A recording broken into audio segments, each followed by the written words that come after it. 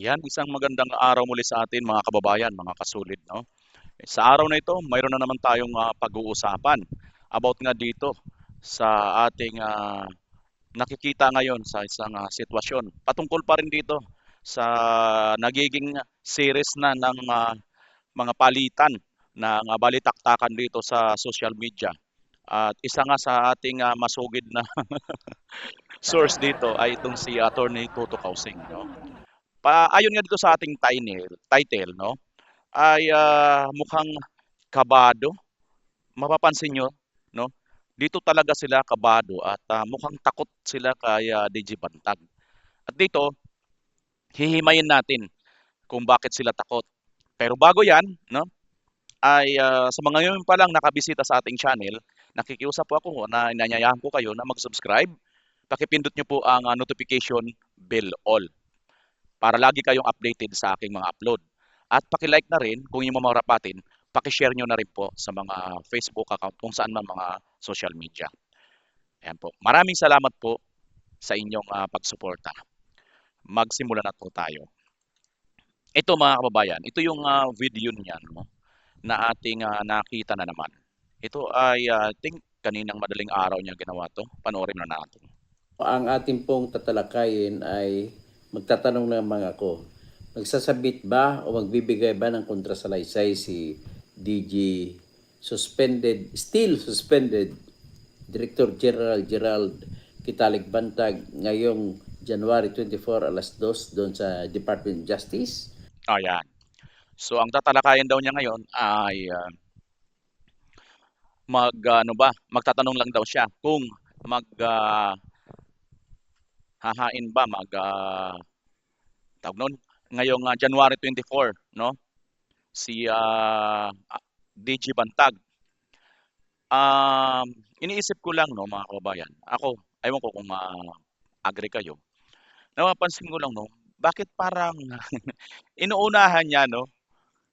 'Di ba? Parang kung iisipin mo, ano ba talaga 'to? Saywar or sign ito ng parang kinakabahan ka? Kasi mamaya hanggang dulo nito, kung mapapansin nyo, lagi niyang sinasabing itong katotohanan, tama ang kanilang ginagawa. Kung tama pala ang kanilang ginagawa, di ba dapat mag-relax na kayo? Oh, sige, mamaya ha, panoorin muna natin ito tuloy-tuloy. Ang sagot niyan ay hindi ko masasagot kahit abogado ako. Correct. Hindi mo talaga masasagot yan dahil hindi mo naman nakikita ang puso ni DG Bantag. Ganon din ang abogado unless kung i-reveal nila kung anong kanilang gagawin. Una, sapagkat may dalawa pa siyang choices. Yan ba? Alam mo pala yan na may dalawa pa siyang choices. Naalala mo dati, sabi mo, no? Sana wag na. At hindi ko alam kung sinabi mong sana or ayaw mo na. At ngayon, inaamin mo, may dalawa pa siyang choices. Dalawa pang pagpilian. So, pwede po siya magsusumiti ng tinatawag namin na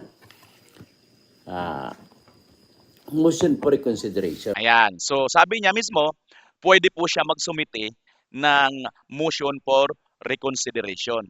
Na dati, pinapayuhan niya, wag na.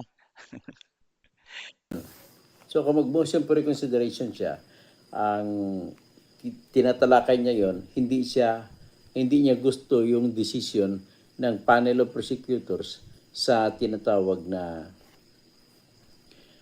pagbabasura ng kanyang motion for inhibition. So kung hindi siya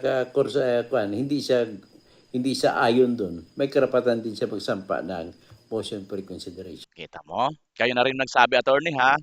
May karapatan din siya magsampa kasi nga hindi siya sang-ayon doon. So ito ngayon yung iniisip mo, no, na ito nga yung dati sinabi mo na wag na file ng motion for reconsideration. Pero mas maganda sa kanya kung ako abogado niya. Total wala na siyang options eh. Kahit ano pang gagawin. Ano ba talaga, attorney? Sabi ko kanina may option pa siya. 'Di ba? Ito, pansinin niyo, 'di ba? Nasabi niyo kanina may dalawa siyang option. Sabi niya kanina may dalawa siyang option. Ngayon sasabihin mo, kung ako ang abogado niya, kung ikaw, hindi ikaw ang abogado niya eh. Ang kinuha ni DJ Bantag, si Attorney Rocky Balisong at saka yung mga iba pang abogado ng ilaban, no?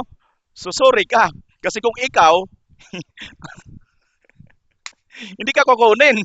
niya, mababasura rin lang yan. Okay, tama sabi mo kanina may dalawang opsyon. Kinukontra mo sarili mo tapos ngayon sasabihin mo naman, wag na. Tapos mababasuran nila. Ano ba talaga? Ha? Tuloy.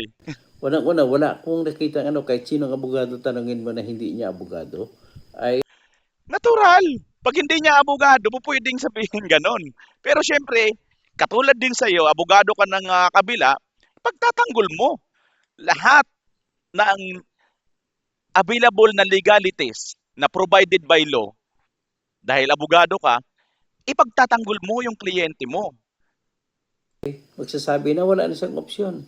Hindi niya pwede ipa-in Eto ka na naman, attorney, wala na siyang option. Ikaw na may sabi kanina, may dalawa siyang option, di ba? Nagigits niyo ako, guys. Narinig niyo, di ba? inhibit yung mga nagsasampa ng yung mga investigador. Na yung tinatawag ko na investigador ay yung prosecutors na inassign para tumingin sa kaso namin laban sa kanya. So, una, nais ko lang banggitin dito na yung aming pagkontra sa motion for inhibition ng una na binigay ni sinabit ni Mr. Bantag ay binasura ng piskal at ang rason na sinabi ng piskal ay kagaya rin sa rason na sinasabi namin. Magandang umaga, Clark Kent. So, Okay. sige, kung makita ko lang ang inyong mga sagot ay ako naman ay Ayan, sabi nga niya, binasura, kagaya din sa sinasabi nila. Natural, syempre. Ah, sa inyo yan eh. Panig niyo yan, syempre parehas. Normal yan. Pero nagtataka lang sa kayo, attorney, kung hindi kayo kinakabahan at hindi kayo natatakot kay Bantag, bakit kailangan mong turuan si Bantag at ang mga abogado niya? O, di ba? Bakit kailangan mo mag-advise pa kung hindi ka natatakot at hindi kayo kinakabahan? Kasi ayon nga sa'yo, no? Kung kayo ang papakinggan, ay talagang convicted ang datingan ni DG Bantag dito. Di umano, di ba sa inyo ha? Kung sa inyo, kung kayong papakinggan, kasi lagi mo sinasabi, yan ang totoo. At wag na magano. Pag hindi na mag-ano si DG Bantag, hindi na mag-ano ng motion, samantalang kanina sabi mo, may dalawang option si Bantag. Tapos ngayon, kukontrahin mo na naman, wag na. Tapos sasabihin mo, ang totoo. Ano ba talaga ang totoo kung hindi kayo kinakabahan? Tuloy muna natin.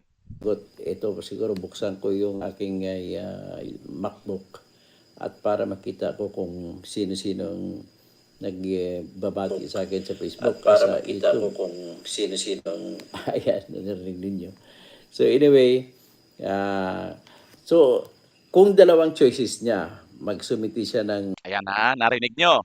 Kung dalawang choices niya, okay? Siya na rin mismo may nagsabi. motion for inhibition o hindi ay nasa kanya yon, siya ang decision. Pero ito naman sabi ko, pag magsumiti siya ng motion for inhibition, ay bastusan po yun. Kasi ano pa bang argumento? Wala na siyang argumento eh. Kasi kung wala Attorney, paano naging bastusan yon? Eh, ikaw na rin mismo nagsabi na may dalawa siyang opsyon. At yung dalawang option na yon, isa yan na mag-file siya ng motion for reconsideration. Paano naging bastos yun, attorney? Di ba? Nagigits niyo po ang punto ko, mga kababayan. ang argumento, ang tawag namin dyan ay pro forma. Kung pro forma ay walang laman. So kung walang laman, pwede nang maari siyang tanggalan ng panel of prosecutors ng karapatan na magsumiti ng counter affidavit kung magpapile pa siya ng motion for inhibition. Karapatan din po yun ng panel of prosecutors. O di, lit the karapatan of panel of prosecutors do. Hindi naman ikaw yun eh. Bakit iutos mo yung gusto mo? Ito matindi, no?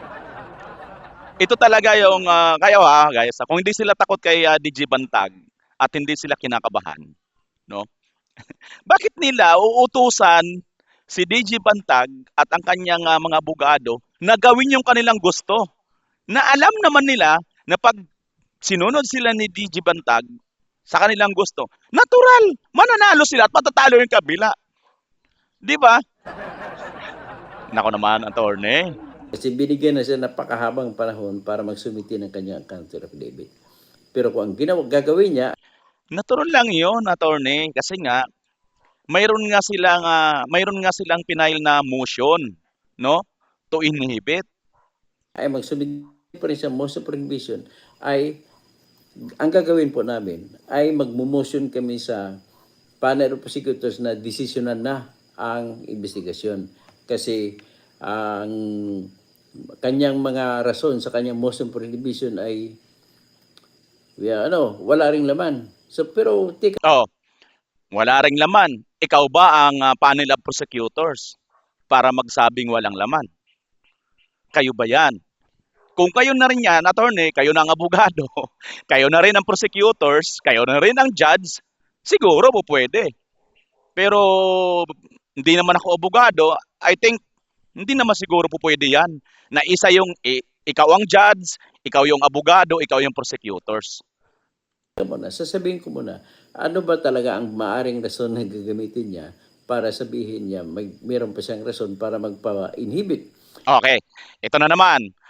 Pinapangunahan niya naman dito si DG Bantag. Ano naman daw ang maaari nilang rason para mag-file pa sila ng motion to inhibit?